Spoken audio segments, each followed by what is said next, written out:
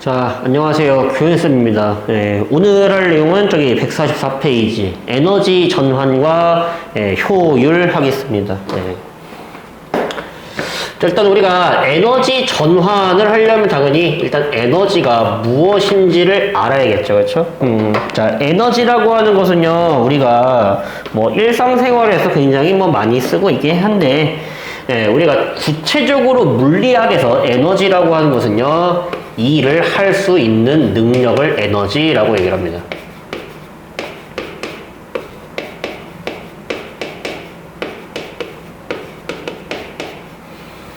자, 그리고 우리가 여기에서 이 에너지라고 하는 것은 단위가 있는 거죠. 그렇죠? 어떤 물리량에는 단위가 있는데 에너지의 단위로는요, 보통 이 J라고 쓰고요. 읽을 때는 줄이라고 읽는 거죠. 그렇죠?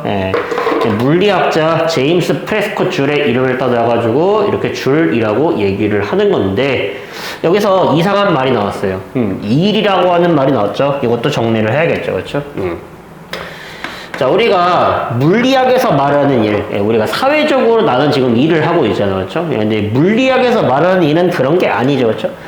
일이라고 하는 건 뭔가 물체에 힘을 가해서요. 물체에 힘을 가하여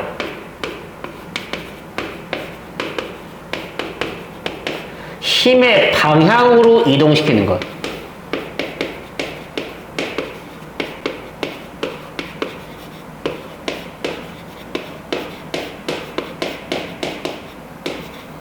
요것을 우리가 일이라고 얘기를 합니다. 그렇죠? 그래서 우리가 뭐 역학적인 일, 뭐 이런 식으로 얘기를 하기도 하거든요. 그렇죠? 그래서 이거를 하기 위해서, 즉 물체를 이동시키기 위해서는요, 뭐가 필요하다? 에너지가 필요하다라고 이제 우리가 볼 수도 있다라는 거죠. 그렇죠?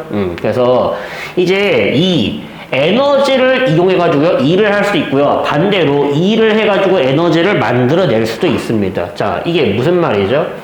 예를 넣어주고 여기 물체가 이렇게 있는데 내가 물체를요 들어 올린다라고 한번 생각해 봅시다. 그렇죠? 자, 그러면은 내가 물체를요 들어 올리는데 어떠한 속력으로 들어 올 거냐? 일정한 속력으로 들어 올릴 거다 이런 말이었죠. 야, 그럼 물체를 들어 올리려면 내가 뭘 줘야 돼? 힘을 줘야 될 거 아니에요. 그렇죠?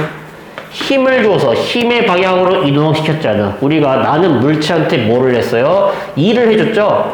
야, 그럼 내가 물체한테 일을 해주면요, 물체는 뭐가 증가해야 된다? 에너지가 증가했다라고 얘기를 하는 거예요. 그렇죠? 네.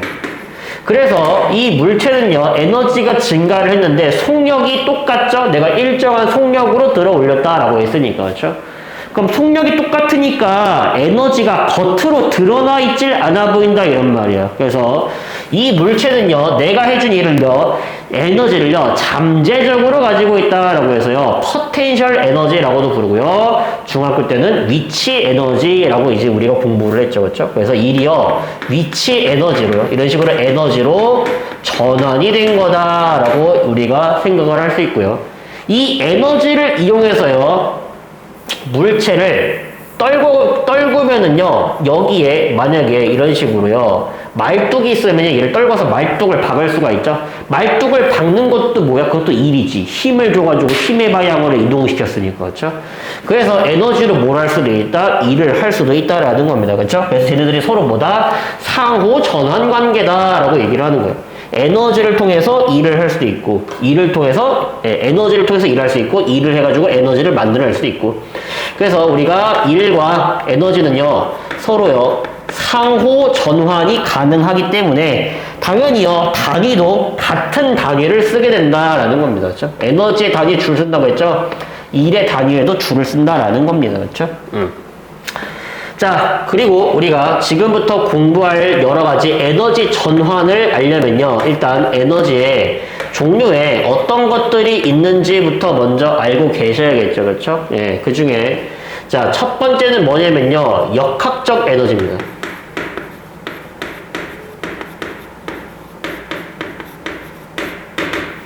자, 역학적 에너지라고 하는 건 뭐냐? 얘네는요, 운동 에너지와 우리가 위치 에너지의 또는 potential 에너지라고도 부른다고 했습니다. 예, 위치 에너지의 합을요 우리가 역학적 에너지라고 불러요. 그렇죠? 자, 그러면은 우리가 저 운동 에너지라고 하는 건 뭐냐? 자, 말 그대로 중학교 때 배웠죠? 운동하는 물체가 갖는 에너지를요 운동 에너지라고 얘기를 하고요. 뭐 구하는 공식이 있죠? 참고로요 여기서 뭐 계산을 하라라는 문제를 뭐 낼 수도 있긴 합니다. 그렇죠? 그래서 만약에 학교 선생님이요 뭐 운동 에너지 구하는 공식, 위치 에너지 구하는 공식 이런 거 알려줬으면요 예, 다 알아둬야 돼요. 그렇죠? 계산 문제를 내겠다라는 소리니까. 그렇죠? 예. 근데 우리는요 여기서 주된 단원 제목이 뭐야? 에너지 전환이죠. 그렇죠? 예, 그래서 우리가 에너지 전환 과정을 이해를 하는 거지 여기서 계산 문제가 그렇게 막 중요하지 않다라고 우리가 보시면 되겠습니다. 그렇죠? 그리고 참고로 계산 문제는 뒤에서 에너지 효율이나 열 효율로 나오게 됩니다. 일반적으로. 그렇죠? 근데 알아둬 주십시오. 운동하는 물체가 갖는 에너지를 운동 에너지라 부르고요. 계산 방법은요 2분의 1 곱하기 물체의 질량 곱하기 물체의 속력의 제곱으로 계산이 된다라는 겁니다. 그렇죠? 예. 이때 질량의 단위는 킬로그램 써야 되고요. 속도 단위는요 미터 퍼 세컨드를 써야 됩니다. 그렇죠? 예. 그래서 운동 에너지는 우리가 이렇게 구할 수 있고요. 자, 위치 에너지. 뭐 물론 위치 에너지도요 뭐 중력에 의한 위치 에너지, 탄성력에 의한 위치 에너지 이런 식으로 여러 종류로 다시 나눠지거든요. 근데 일반적으로 위치 에너지 하면요 중력에 의한 위치 에너지라고 우리가 보면 될 것 같고요. 그 중력에 의한 위치 에너지는요 어떻게 계산을 하나요? 이렇게 계산을 합니다. 물체의 질량에다가 물체의 중력 가속도를 곱하고요. 거기다가 기준면으로부터의 높이도 같이 곱해줍니다.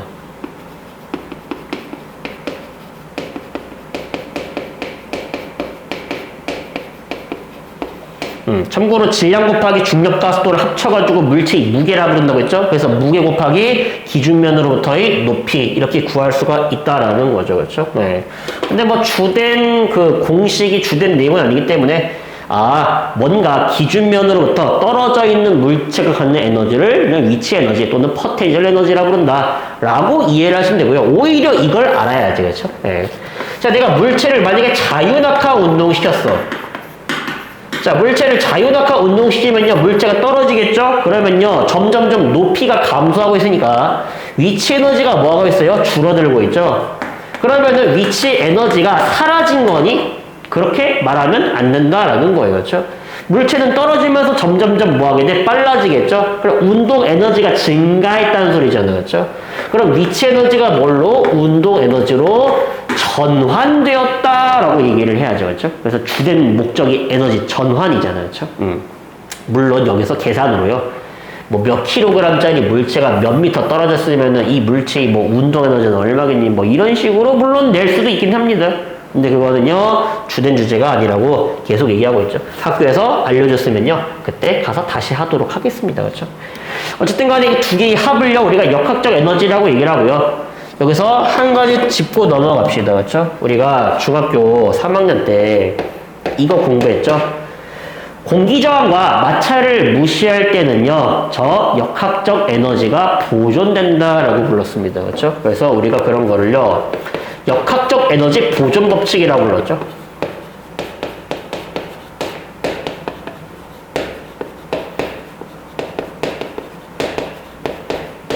자, 정리. 역학적 에너지 보존 법칙은요. 공기 저항과 마찰이 없을 때 이게 전제 조건입니다. 그렇죠? 그 보통 보존력이 작용하는 공간이라고 얘기를 하게 됩니다. 그렇죠? 공기저항 및 마찰은요, 비보존력이라 가지고요. 이렇게 비보존력이 작용하게 되면요, 역학적 에너지는 보존이 안 된다라고 얘기를 하는 건데, 어려운 내용 하지 맙시다. 어려운 말 쓰지 맙시다. 공기저항 및 마찰이 없을 때, 물체가 가지고 있는 역학적 에너지는 일정하게 유지되는데 그걸 우리가 유식한 말로 보존이라 부르는 거죠. 라고 정리를 할 수가 있겠네요. 그렇죠? 그래서 요런 에너지가 있다라고 하는 거 잘 알아두시면 되고요. 자, 두 번째, 전기 에너지 같은 게 있겠죠? 전류가 흐를 때 공급되는 에너지를요, 우리가 전기 에너지라고 얘기하고요. 물론 전기 에너지 구하는 공식도 있거든요. 생략하도록 할게요. 중요한 게 아니니까. 자, 세 번째, 빛이 가지고 있는 에너지. 우리가 빛 에너지라고 얘기를 하는 거죠. 그렇죠? 그리고 네 번째, 소리나 지진파 같은 애들 있죠? 파동이 갖는 에너지라고 해서 우리가 그거를 파동 에너지라고 얘기를 합니다. 그 다음에 다섯 번째, 열 에너지라고 하는 개념이 있죠. 그렇죠? 근데 그래서 오해하지 말아야 될 게 뭐냐면요. 이 열 에너지라고 하는 것은요, 우리가 물체가 뜨겁고 차가운 정도를 의미하는 것이 아니다라고 하는 게 굉장히 중요합니다. 그렇죠? 예, 참고로 열 에너지를요, 다른 말로는요, 내부 에너지라고도 얘기를 하거든요. 조금 더 엄밀하게 말하면요, 다른 말이긴 한데, 예, 고등학교 레벨에서는요, 예, 거의 비슷하다라고 보시면 될 것 같겠습니다. 그렇죠? 그리고 열 에너지, 내부 에너지. 제가 의미하는 게 뭐냐? 쟤네들은요, 그 모든 입자들이 가지고 있는요, 운동 에너지를 다 더한 겁니다. 그렇죠? 네, 다시. 입자들의 뭐요? 운동 에너지를 다 더한 값. 운동 에너지 총합을요, 우리가 얘를요, 열 에너지라고 얘기하고요. 운동 에너지의 평균값 있죠? 그 운동 에너지의 평균값이요, 온도랑 비례 관계다라는 겁니다. 그렇죠? 자, 근데 운동 에너지를 다 더한 거를 우리가 열 에너지라고 부른다. 그러면은 운동 에너지가 크다라는 말은 무슨 말이야? 굉장히 물체들이 빠르게 움직이고 있다라는 말이겠죠. 속력이 빠르다는 소리겠죠. 그리고 입자 운동이 빠르다라는 말은 우리가 뭐라고 배웠어? 온도가 높다라고 공부를 하는 거죠. 그렇죠? 자, 어쨌든 간에 열 에너지는 이렇게 입자들이 가지고 있는 운동 에너지를 다 더한 거다라고 이제 우리가 이해를 해주시면 될 것 같고요. 뭐 이것 이외에도요, 뭐 화학물질에 저장되어 있는 에너지, 화학 에너지 같은 것도 있고요. 그 다음에 핵융합이나 핵분열 같은 핵반응에서 발생하는 에너지, 원자핵에 저장되어 있는 에너지를 우리가 핵에너지라고도 얘기를 하는 거죠. 그렇죠? 이렇게 다양한 종류의 에너지가 존재한다라는 겁니다. 그렇죠? 그래서 요런 에너지가 있다라는 걸 당연히 알아둬야 되고요. 우리가 지금부터 다룰 거는 뭐다? 에너지 전환입니다. 어떤 에너지가 다른 에너지로요, 바뀌고 있니를 우리가 알 수 있어야겠죠. 그렇죠? 자, 예를 들어 가지고요. 자, 우리가 대표적인 생명 현상 중에서 자, 광합성이라고 치잖아. 그럼 광합성에서 일어나고 있는 에너지 전환이 무엇이니? 라고 물으면요, 당연히 광합성이라고 하는 건 뭐야? 빛 에너지와 이산화탄소 그리고 물을 이용해서 포도당과 같은 양분 만들어내는 거 아니야. 그러면은 화학 에너지로 전환하고 있다. 양분, 오케이? 화학 물질에서 저장된 에너지라고 얘기를 할 수가 있겠죠. 그렇죠? 예. 그리고 뭐 대표적으로요, 휴대전화에서 일어나고 있는 에너지 전환 과정을 한번 생각해 볼까? 예를 들어서. 자, 여기 핸드폰이 이렇게 있어요. 휴대전화가 이렇게 있는데, 자, 한번 볼까요, 같이? 자, 일단 휴대전화 화면에서요, 뭐가 나오고 있죠? 빛이 나오고 있겠죠, 그렇죠? 예, 그래서 우리가 이때 자, 뭐가 나오게 된다? 전기 에너지가 휴대전화 화면 디스플레이에서 빛 에너지로 전환이 일어나고 있다라고 얘기를 할 수가 있겠죠, 그렇죠? 그리고 휴대전화에 뭐가 있어요? 스피커 같은 게 있을 거 아니에요, 그렇죠? 그래서 이 스피커 같은 데서는요, 뭐가 나오고 있어? 전기 에너지가 소리 에너지 같은 걸로 바뀌고 있겠죠? 소리와 같이 파동이 갖는 에너지, 파동 에너지라고 불렀죠. 그렇죠? 예.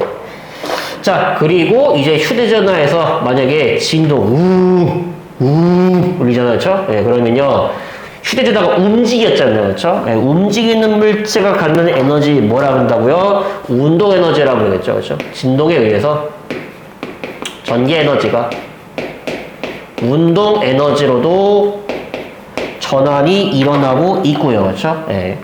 그 다음에 내가 배터리가 없으니까 휴대전화를 이런 식으로 충전을 하겠죠. 그렇죠? 네, 그래서 충전을 한다라는 말은요, 우리가 무슨 에너지를 무슨 에너지로 바꾸는 과정일까요? 얘는 내가 전기 에너지를 공급해 주고 있는 거죠. 그렇죠? 충전한다. 그렇죠? 그러면은 그 전기 에너지 자체는요, 저장이 힘듭니다. 이거 알아두세요. 이렇게. 전기 에너지는요, 전류가 흐를 때 발생하는 에너지야. 그렇죠? 근데 가만히 모아두려면요, 얘네들을요, 다른 에너지로 바꿔야 된다고. 그래서 배터리에다가 뭘로 저장을 해놓죠? 화학 에너지 형태로 저장을 해놓는 거죠. 그리고 우리가 휴대전화를 다 쓸 때 우리가 휴대전화 배터리 다 따랐잖아? 그럼 뭐 됐다라고 표현해? 방전됐다라고 표현하잖아. 그때 방전이라고 하는 용어는요, 배터리에 저장되어 있는요, 화학 에너지가 뭘로 바뀌고 있을 때 전기 에너지로 바꾸는 것을 우리가 방전이라고 얘기를 합니다. 그래서 방전되면서 다른 형태의 에너지로 전환이 일어나고 있다라는 거죠. 그렇죠? 근데 예를 들어서 휴대전화 있죠? 유튜브 3시간 틀어놓으면요, 핸드폰 본체 어떻죠? 뜨겁죠? 그렇죠? 네, 그래서 이때 휴대전화 본체에서 뭐도 나오고 있다? 열 에너지도 나오고 있다라는 겁니다. 그렇죠? 자, 근데 모든 에너지 전환 과정에서는요, 기본적으로 열 에너지가 같이 발생하는 겁니다. 스피커에서는요, 모든 전기 에너지를 파동 에너지로 바꾼다? 아닙니다. 열 에너지 일부 전환이 돼요.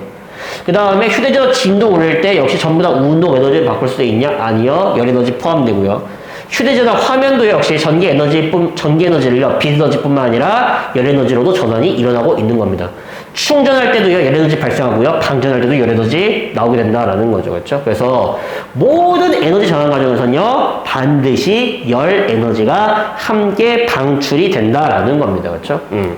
그래서 우리가 열 에너지가 나오게 되는데 결과적으로요, 이 에너지는요, 총량은요, 보존이 됩니다. 그렇죠? 우리가 그런 거를 에너지 보존 법칙 줄여가지고 뭐라 불러요? 에보법. 자, 에너지 보존 법칙. 자, 이것은요, 역학적 에너지 보존 법칙이랑 다릅니다. 역학적 에너지 보존 법칙은요, 공기 저항 및 마찰이 없을 때만 성립하는 거거든요. 에너지 보존 법칙은요, 그냥 항상 성립하는 겁니다. 그렇죠? 예, 그래서, 자, 에너지라고 하는 건 이제 새로 생겨나거나 사라지는 게 아니라는 거죠. 그렇죠? 에너지는 생겨나거나 사라지지 않고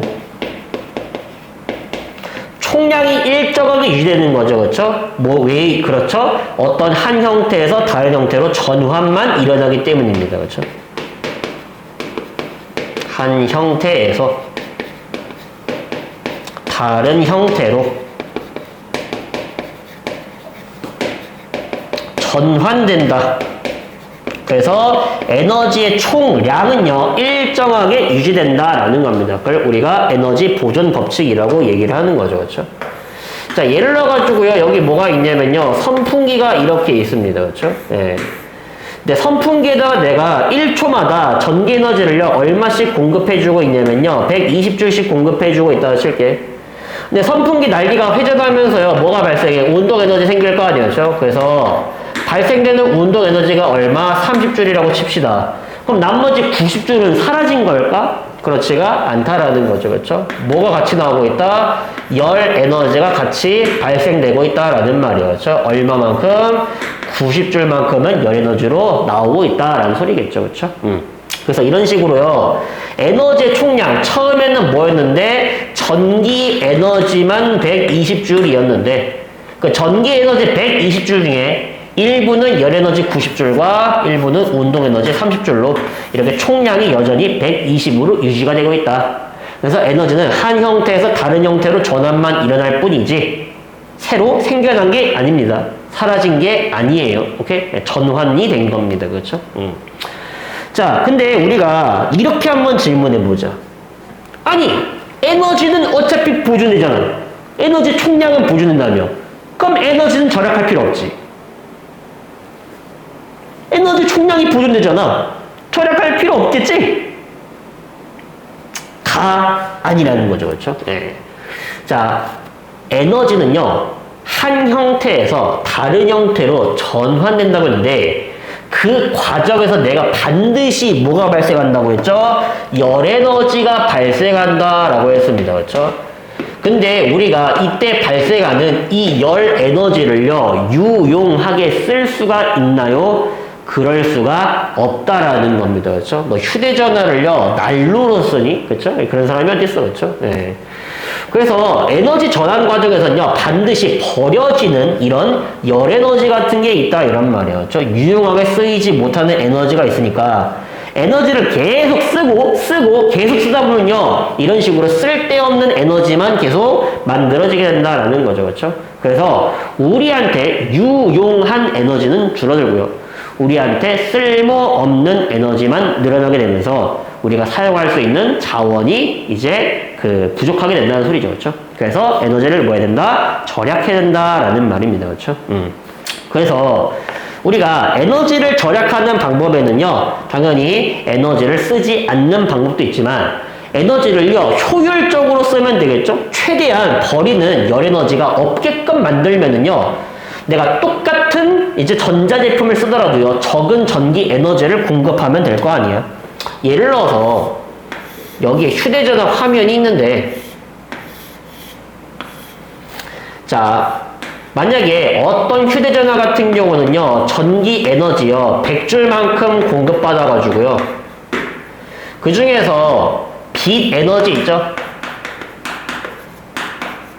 를 50줄만큼 만들고 나머지 열 에너지를요, 이제 50줄만큼 방출한다라고 시자. 이런 디스플레이를 가지고 있는 휴대전화가 있어요. 반면 어떤 휴대전화 같은 경우는요, 전기 에너지 100줄을 공급하잖아. 말도 안 되지만 빛 에너지로요, 예를 들어서 10줄만큼, 그리고 나머지 열 에너지로요 90줄만큼 내보낸다라고 치자. 야, 그러면은 만약에 내가 이 휴대전화의 밝기를 비교하면 당연히 얘가 빛 에너지가 5배가 더 크니까 얘가 5배 밝을 거 아니야. 그럼 만약에 내가 똑같은 밝기로 만든다면은 A랑 B라고 하는 휴대전화를요, 같은 밝기로 쓰려면요, 얘를 50줄로 만들어야 될 거 아니야. 그럼 공급하는 전기 에너지도 몇 배가 돼야 돼? 5배가 돼야죠. 그러니까 얘는요, 500줄의 전기 에너지를 쓰고요, 50줄이라고 하는 빛 에너지 만들었는데, 얘는 100줄의 전기 에너지를 공급해서 50줄의 빛 에너지를 만들었다, 이런 말이었죠. 네, 이런 식으로요, 에너지 효율이 낮은 제품을 쓰면요, 필요한 전기 에너지가 많아지겠죠. 그러면은 비효율이죠. 그렇죠? 에너지를 많이 쓰게 된다라는 말이에요. 절약이 안 된다. 반면 얘네들은요, 에너지를 절약할 수 있다라고 얘기를 하는 겁니다. 그렇죠? 그래서 우리는 이제부터 에너지 효율이 높은 제품을 사용할수록요, 에너지를 절약할 수 있다라고 얘기를 하는데, 그러면 그 에너지 효율은 어떻게 계산하나요?에 대해서 다뤄보도록 하겠습니다. 간단합니다. 이 에너지 효율 어떻게 계산을 한 거냐면요, 공급한 에너지, 예를 들어서 100줄만큼의 에너지를 공급했어. 그 중에서 얼마만큼을 유용하게 썼니? 유용하게 사용한 에너지. 이 비율을요, 우리가 뭐라 그런다? 에너지 효율이라고 얘기를 합니다. 만약에 퍼센트로 표현하고 싶으면요, 여기다가 100을 곱하시면 되겠죠? 자, 예를 들어 볼게요. 예를 들어서 아까 전에 얘기했던 선풍기로 한번 다시 얘기해 볼까요? 자, 내가 선풍기에 1초당 전기 에너지 얼마만큼 공급하고 있냐면요, 120줄만큼 공급하고 있어요. 근데 만약에 이 선풍기에서 운동 에너지가 얼마만큼 방출되고 있냐, 운동 에너지를 얼마만큼 전환되고 있냐, 30줄만큼 전한다고 하고요. 자, 이때 뭐 모터에서 소리 같은 것도 들리겠죠? 파동 에너지 같은 것도 발생하고요. 그 다음에 모터 뜨거워지죠. 그렇죠? 열 에너지 같은 것도 발생하는데, 자, 발생되는 열 에너지 80줄, 뭐 발생되는 소리 같은 거 10줄이라고 칩시다. 예. 자, 그러면은요, 이 선풍기가 지금 에너지 효율이 얼마짜리니? 이렇게 물어보게 된다라는 거죠. 자, 그러면 공급한 에너지 얼마죠? 120줄이죠. 근데 이 중에서 유용하게 사용된 게 얼만큼이냐라는 거였죠. 이게 유용한 거니? 선풍기 열 내려고 쓰는 거니? 아니죠, 그렇죠? 자, 파동 에너지 이것도 유용하지 않죠? 선풍기 소리 들으려고 쓰니? 아니잖아요. 그렇죠? 유용하게 사용한 건 얘죠. 그렇죠? 예, 그래서 120줄 중에 유용하게 사용한 거 30. 즉 4분의 1이니까 에너지 효율이 0.25 또는 25%다라고도 얘기할 수 있는 거죠. 그렇죠? 그래서 만약에 내가 이 선풍기에다가 전기 에너지를 100줄만큼 넣어주면요, 운동 에너지가 25줄만큼 생긴다라고도 얘기할 수가 있는 거죠. 그렇죠? 그래서 에너지 효율, 이런 식으로 계산한다라고 이제 우리가 잘 알아두시면 되겠습니다. 그렇죠? 그래서 에너지 효율이 높은 제품을 써야지 에너지를 절약할 수가 있다. 그리고 우리가 산업혁명이 일어나게 된 배경, 열기관. 예, 우리가 증기기관이죠. 증기기관이 열기관의 한 종류입니다. 그렇죠? 열기관이라고 하는 걸 개발하게 되면서 인류가 산업혁명이 일어나면서 이제 굉장히 많은 이제 발전을 이루게 됐다라고 얘기를 하는데, 이제부터 공부할 게 뭐다? 열기관입니다. 열기관. 그렇죠? 자, 열기관이라고 하는 게 뭐냐? 이거부터 먼저 알아야겠죠. 그렇죠? 말 그대로 이제 다른 말로는 엔진이라고도 부르는데, 열기관에 열을 공급해 주잖아. 그러면요, 그걸로요, 역학적인 에너지, 일을 만드는 기관을요, 우리가 열기관이라고 얘기합니다. 그렇죠? 그래서 열을 통해서 일을 하는 기관, 또는 열을 통해서 역학적인 일, 또는 열을 이용해서 운동 에너지, 또는 역학적 에너지를 만드는 장치를 열기관이라고 얘기를 합니다. 그렇죠? 그래서 이제 보통 이 열 에너지를 어떻게 공급을 하냐. 화석 연료 같은 거를 태워서, 연료를 태워가지고요, 열을 공급하는 거죠. 그래서 연료를요, 내부에서 태우잖아? 그럼 내연기관이라고 그러고요. 외부에서 태우잖아? 그러면 외연기관이라고 얘기를 하는데, 대표적으로 증기기관 같은 경우는요, 외연기관, 밖에서 태워가지고요, 열을 공급한 다음에 그걸로 물 끓여가지고 수증기 만들어서 그걸로 돌리는 게, 그게 증기기관이죠. 그렇죠? 자, 근데 열기관의 일단 기본적인요, 모식도를 한번 생각해 보도록 하겠습니다. 자, 일단 열을 공급해 주려면요, 밖에서 뭐 아까 전에 연료 같은 걸 태운다고 했죠. 그래서 뜨겁잖아. 그래서 우리가 그거를 고열원이라고 얘기를 합니다. 그렇죠?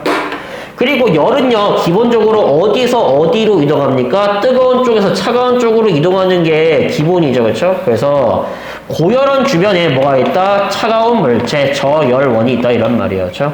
그러면은 열이 어디서 어디로 이동한다? 높은 쪽에서, 온도가 높은 쪽에서 온도가 낮은 쪽으로 이동을 하게 된다는 소리죠. 그렇죠? 그래서 그 사이에 이런 식으로 열기관을요, 이제 장착시켜 놓고요, 이동하는 열 중에 일부를요, 뭘로 전환을 한다? 일로 전환하는 장치를, 이것을 뭐라 부른다? 얘를 열기관이라고 얘기를 한다라는 거죠. 그렇죠? 그래서 고열원에서 공급되고 있는 열 있죠? 이것을요, Q1이라고 하고요. 그 Q1 중에 일부를요, 일을 한다라고 했죠. 그렇죠? 그래서 그 하는 일을요, W라고 하고요. Q1 중에 일부는 일을 하고요. 일부는요, 다시 빠져나가겠죠. 그래서 저열원으로 방출되는 열을요, 우리가 Q2라고 했을 때, 이 열기관에도요, 에너지 효율이라고 하는 게 있을 거 아니에요. 그렇죠? 열기관의 에너지 효율을요, 우리가 열효율이라고 얘기를 하고요. 열기관의 열 효율은 어떻게 계산하나요? 똑같아. 공급된 에너지는 뭘 의미하는 거야? Q1을 의미하는 거죠. 이 중에서 유용하게 쓰인 게 뭐죠? 이게 유용하게 쓰인 거죠? 일을 하는 장치라고 했잖아요. 그렇죠? 그래서 열기관의 열 효율을 우리가 보통 E라고 표현을 하는데, 요거를 우리가 Q1분의 W라고 이제 쓸 수가 있다라는 말이죠. 그렇죠? 근데 우리가 방금 전에 에너지 보존 법칙 배웠죠? 들어온 에너지랑 빠져나간 에너지는 동일해야 됩니다. 그렇죠? 그렇기 때문에 여기서 에너지 보존 법칙에 따라서 적을까요? 에너지 보존 법칙. 참고로 다른 말로는요, 뭐라고도 부르냐면요, 열역학 제1법칙이라고도 얘기를 합니다. 열역학 제1법칙에 따라서 공급된 에너지랑 방출된 에너지는 뭐 해야 된다? 같아야 된다라는 겁니다. 그렇죠? 자, 그래서 내가 W를 정리하잖아. Q2를 이항시키면 되겠죠. 그러면은 W는요, Q1-Q2가 되겠죠. 그렇죠? 자, 그러면은 분배 법칙에 따라서 각각 Q1으로 나눠주시면요. 아, 열기관의 열효율은 어떻게 구할 수 있다? 1-Q1분의 Q2로 구할 수가 있다가 되는 거죠. 그렇죠? 자, 그럼 이제 질문해 보겠습니다. 이 열기관의 열효율 있죠? 이 열기관의 열효율은요, 100%, 즉 1이 될 수가 있냐라는 겁니다. 그렇죠? 예, 이게 사실 불가능하다라는 거예요. 그렇죠? 예, 그래서 이게 특징입니다. 그렇죠? 잘 들어보세요. 우리가 열기관의 열효율은요, 절대로 1이 될 수가 없다라는 겁니다. 1보다 작다라는 거였죠. 왜 1이 될 수가 없나요? 자, 얘가 만약에 1이 되고 싶잖아? 그러면요, Q2가 얼마가 돼야 되냐면요, 0이 돼야 됩니다. 근데 Q2가 0이 될 수가 없다라는 거죠. 왜요? 고열원에서 저열원으로 이동하는 에너지 중에 일부를 1로 바꾸는 겁니다. 열이라고 하는 건 무조건 뜨거운 물체에서 차가운 물체로 이동하는 거야. 근데 어떻게 Q2가 0이 될 수가 있겠니? 무조건 새어나가는 열이 있는데, 그렇죠? 그렇기 때문에 Q2는 0이 될 수가 없다. 따라서 열기관의 열효율은요, 절대 1이 될 수가 없다. 100%를 찍을 수가 없다라는 거죠, 그렇죠? 예. 그래서 인류가 이 개발한 것 중에서 가장 에너지 효율이 높은 열기관이라 해봤자 40%를 넘지를 못합니다, 그렇죠? 자, 어쨌든 간에, 그래서 우리가 그거를 뭐라고 하냐면요, 연력학 제2법칙이라고 얘기를 합니다. 연력학 제2법칙에 따라서 열은 항상 고온에서 저온으로 이동을 하는 놈이므로 Q2가 0이 될 수가 없다. 즉, 열기관의 열효율은요, 무조건 1보다 작을 수밖에 없다라고 얘기를 하는 겁니다. 그렇죠? 그래서 열기관이 열효율이 100%인 열기관은 제작 못하는 겁니다. 그렇죠? 안 돼요. 그렇죠? 예, 누가 난 100%로 개발을 했어 라고 뻥치잖아. 믿지도 마. 다 그냥 딱딱딱 구라요. 그렇죠? 안 돼요. 무조건. 이렇게. 선생님, 연력학제 2법칙이 잘못된 걸 수도 있잖아요. 그럴 수도 있지. 그렇죠? 근데 안 돼. 그렇죠? 예, 대학 가서 공부하면 알게 되겠죠. 안 돼. 그렇죠? 자, 그래서 결과적으로 우리는요, 이제부터 뭘 하게 된다? 에너지를 효율적으로 활용하는 방법, 그쵸? 요거를 다뤄봐야겠죠, 그쵸? 에너지 효율을 높이는 방법. 그래서 저기 145페이지에 맨 밑에 나와 있죠, 그쵸? 우리가 보통 화력발전소잖아?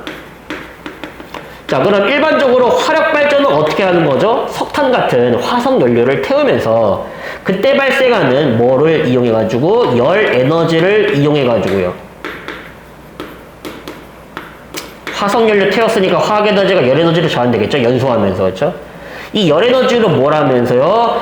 물을 끓여가지고 수증기를 얻은 다음에 그 수증기로 터빈을 돌리면서 전기에너지를 얻는 거죠, 그렇죠? 뭐 중간에 뭐 운동에너지로 바뀌기도 하겠지만, 그렇죠? 예. 자, 근데 우리가 이렇게만 하잖아. 효율이 굉장히 안 좋아진다, 이런 말이었죠. 그래서 터빈을 돌리고 남은 열에너지를 가지고요, 물을 끓여가지고요, 온수를 이용해가지고요, 가정에다가 공급해주는 발전을 만들었는데, 우리가 그런 거를 열병합 발전이라고 얘기를 하는 거죠, 그렇죠? 그래서 이런 식으로 화력 발전에서 버려지는 열에너지 일부를 가지고요, 물을 따뜻하게 데워가지고요, 각 가정에다가 온수를 공급해주는 열병합 발전, 이런 거를 이용하면요, 조금 더 효율이 좋아질 수가 있다라는 거죠, 그렇죠? 그거 이외에 146페이지에 하이브리드 자동차랑 전기 자동차의 기본적인 원리 나와 있죠? 네, 같이 보도록 할게요. 자, 하이브리드 자동차. 는 뭐냐? 하이브리드라고 한 단어는요, 섞었다라는 뜻이에요, 섞었다. 네, 뭐랑 뭐랑 섞었어? 이제 보통 일반적인 자동차는요, 이제 엔진을 쓰는 거죠, 그렇죠? 이 열기관을 쓰는 겁니다, 그렇죠? 네, 근데 전기 자동차라고 하는 건 전동기, 즉 모터를 쓰는 거죠. 근데 하이브리드 자동차는요, 그 두 개를 섞어놨다 이런 말이야. 즉 엔진과 모터를요, 동시에 쓰는 자동차를 우리가 하이브리드 자동차라고 얘기를 합니다. 그리고 당연히 모터를 돌리려면요, 전기 에너지를 공급해줘야겠죠. 그러니까 뭐가 들어가야 되냐면요, 당연히 배터리도 같이 들어가야 됩니다. 전기 자동차랑 마찬가지로, 그렇죠? 예. 그래서 일단 첫 번째 단점부터 먼저 찝자면은요, 얘네들을 다 때려 박아야 되기 때문에 자동차에 공간이 굉장히 협소하고요. 자동차가 무겁습니다. 그렇죠? 그래서 무거운 만큼 더 이제 에너지를 많이 쓰겠죠. 굴러가게 하기 위해서. 그렇죠? 네, 뭐 어쨌든 간에 엔진 모터 배터리를요 이용하면요 자동차를 굉장히 효율적으로 굴릴 수가 있다라는 말입니다. 어떻게 해요? 첫 번째 먼저 시동을 걸 때 자동차에 시동을 걸 때는 일단 모터가 더 효율이 좋습니다. 그래서 모터로 시동을 걸어 버리고요. 그 다음에 오르막길 갈 때 있죠? 오르막 올라갈 때는요 엔진만으로 굴리는 거 힘들죠? 그러니까 모터의 도움도 같이 받습니다. 그렇죠? 그래서 엔진과 모터를요 같이 쓰고요. 자, 내리막이 핵심입니다. 자, 내리막길 내려갈 때 어차피 속력이 점점 빨라져 있잖아요. 그렇죠? 그러면은 브레이크 밟아야 될 거 아니에요. 그렇죠? 속력 줄이려면은. 자, 그래서 내리막이라든지 아니면은 감속, 속력을 줄여야 될 때, 자, 원래라면은요, 브레이크를 밟으면은요, 자동차가 가지고 있던 운동 에너지가요, 마찰에 의한 열 에너지로 전환이 되면서 버려지게 되는 거죠. 근데 이게 너무 아깝다 이런 말이에요. 그렇죠? 그래서 무슨 짓을 하냐. 이 모터는요, 전동기라고 얘기를 했고요. 전동기는요, 뭐랑 뭐가 들어가 있죠? 이 모터 안에는요, 자석과 코일이 들어가 있습니다. 야, 앞에서 배운 거 기억나? 자석과 코일로 이루어져 있는 놈 기억나? 그 놈이 뭐죠? 그 놈이 발전기죠. 그래서 기억나? 발전기랑 전동기는요, 한 끗 차이야. 구조가 똑같아. 다만 전기 에너지로 운동 에너지 만들면요 전동기라고 부르는 거고요.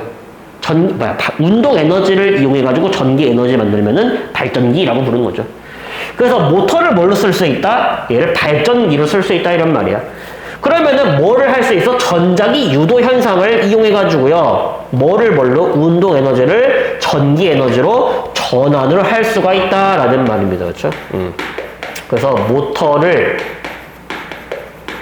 발전기로 이제 활용을 한다라는 말이죠. 그래서 전자기 유도에 의해서 운동 에너지를 줄이고 대신 그거를 전기 에너지로 바꾸면서 그거를 다시 배터리에다가 화학 에너지 형태로 저장해 놓는 거죠. 그렇죠? 다만 우리가 이렇게 자기력을 이용해 가지고요. 이제 운동 에너지를 줄이는 거를 자기 브레이크라고 얘기를 하거든요. 이게 굉장히요. 뭐라고 하지? 그거를 갑자기 기억이 안 나네. 이 승차감이 되게 안 좋다라고 얘기합니다. 자기 브레이크 밟을 때 막 자동차가 꿀렁꿀렁 하면서요. 막 멀미 날 것 같아. 실제로 나도 전기 자동차 타봤거든요. 근데 브레이크 밟을 때 좀 멀미 나긴 하더라고요. 그렇죠? 그래서 좀 승차감이 좀 안 좋대요. 그렇죠? 어쨌든 간에 이렇게 하고요. 그 다음에 정속 주행할 때, 평지달 때 있죠?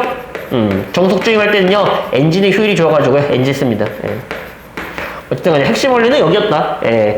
내리막길을 내려가거나 아니면 감속을 해야 될 때 버리는 운동 에너지 너무 아까워가지고요. 모터를 발전기로 써가지고요. 이런 식으로 배터리에 화학 에너지 형태로 저장을 해 놓는다라는 거죠. 마찬가지로 전기 자동차도요. 감속을 할 때 이런 식으로 모터를 발전기로 활용할 수가 있습니다. 그렇죠? 그래서 에너지를 효율적으로 다시 재활용할 수 있다라고 우리가 이해를 해주시면 될 것 같겠습니다. 그렇죠?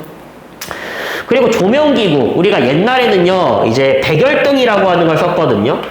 근데 백열등이요, 굉장히 효율이 안 좋습니다. 그렇죠?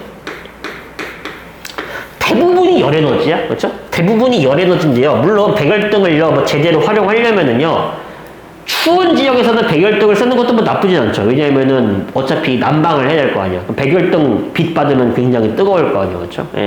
뭐 어쨌든 간에 에너지 전환 관점에서 보면요. 빛 에너지가 얼마 안 나오고요. 대부분이 열 에너지로 전환되기 때문에 효율이 안 좋다. 그래서 뭐가 등장했어요? 형광등이 등장했죠. 형광등도요. 효율이 안 좋아가지고요. 이제는요. 뭘로? LED라고 하는 걸로 발광 다이오드로 대체가 되고 있다라는 겁니다. 그렇죠? 자, 그 다음에 이제 이렇게 에너지 효율이 높은 제품을 쓸 수도 있지만 이제 에너지를 절약하면 되겠죠. 그렇죠? 그래서 밑에 에너지 효율 관리 방법 나와 있죠. 그렇죠? 에너지 소비 효율 등급이 높은 제품을 쓰는 것도 하나의 방법이죠. 그렇죠? 그래서 예를 들어서 뭐 냉장고라고 하잖아. 그럼 뒤에 스티커 같은 거 붙어 있잖아. 에너지 소비 효율 등급이라고 해가지고요. 1등급짜리 제품이 있고요. 5등급까지 나누거든요. 그럼 당연히 1등급일수록요, 에너지 효율이 높고요. 에너지 효율이 높다는 말은요, 똑같은 일을 하기 위해서 공급되는 에너지가 적다라는 말이죠. 그렇죠? 그럼 나도 전기세를 절약해서 이득이고요. 그렇죠? 국가 차원에서 봐도 전기 에너지 덜 생산할 수 있어가지고 화력발전소 덜 돌릴 수 있으니까 좋은 거고, 그렇죠? 환경 측면에서 좋죠. 그렇죠? 그리고 우리가 에너지 절약이 표시된 제품 같은 거 있죠? 우리가 전자제품을요, 안 쓴다라고 해서 전기 에너지를 안 쓰는 게 아닙니다. 휴지전원이라고 하는 게 있어요. 대기전력이라고 하는 게 있습니다. 그렇죠? 전자제품을 안 쓰더라도요, 지속적으로 전기 에너지가 공급이 되고 있다 이런 말이에요. 일정하게 유지시키기 위해서. 그렇죠? 그래서 그 대기전력을요, 절약하는 제품들에는 스티커를 붙여줘가지고요, 이제 이런 식으로 환경 보호를 할 수도 있고요. 그 다음에 이제 맨 밑에 에너지 사용량을 줄이는 방법에 에너지 제로 하우스라고 나와 있죠. 그렇죠? 그래서 에너지 제로 하우스 같은 경우는요, 일단 첫 번째, 친환경적으로 에너지를요, 생산을 합니다. 뭐 대표적으로 태양 전지를 이용해서 태양광 발전, 그리고 이제 밑바닥에 뜨거운 그 지열을 이용해서 지열 발전, 이런 것들을 이용해 가지고요, 친환경적으로 발전을 하고요. 그 다음에 이제 에너지를 효율적으로 활용하기 위해서 집을요, 단열재로 건설을 합니다. 이렇게. 그래서 우리가 이렇게 단열재로 집을 짓잖아? 그러면은 내가 만약에 여름철이야. 여름철이니까 더워가지고 이렇게 냉방을 하고 있어. 그렇죠? 만약에 단열재로 집을 안 짓잖아? 그럼 냉방기를 끄게 되면은요, 밖에는 뜨겁죠? 안에는 차갑죠? 그러면은 열이 어디서 어디로 이동해? 고온에서 저온으로 열이 이동하면서 다시 더워지거든요. 근데 단열재는 말 그대로 그 열을 뭐한다? 차단시키기 때문에 냉방기를요, 틀고요, 조금만 있어도 금방 시원해지니까 꺼버리면요, 에너지 절약할 수가 있겠죠. 그렇죠?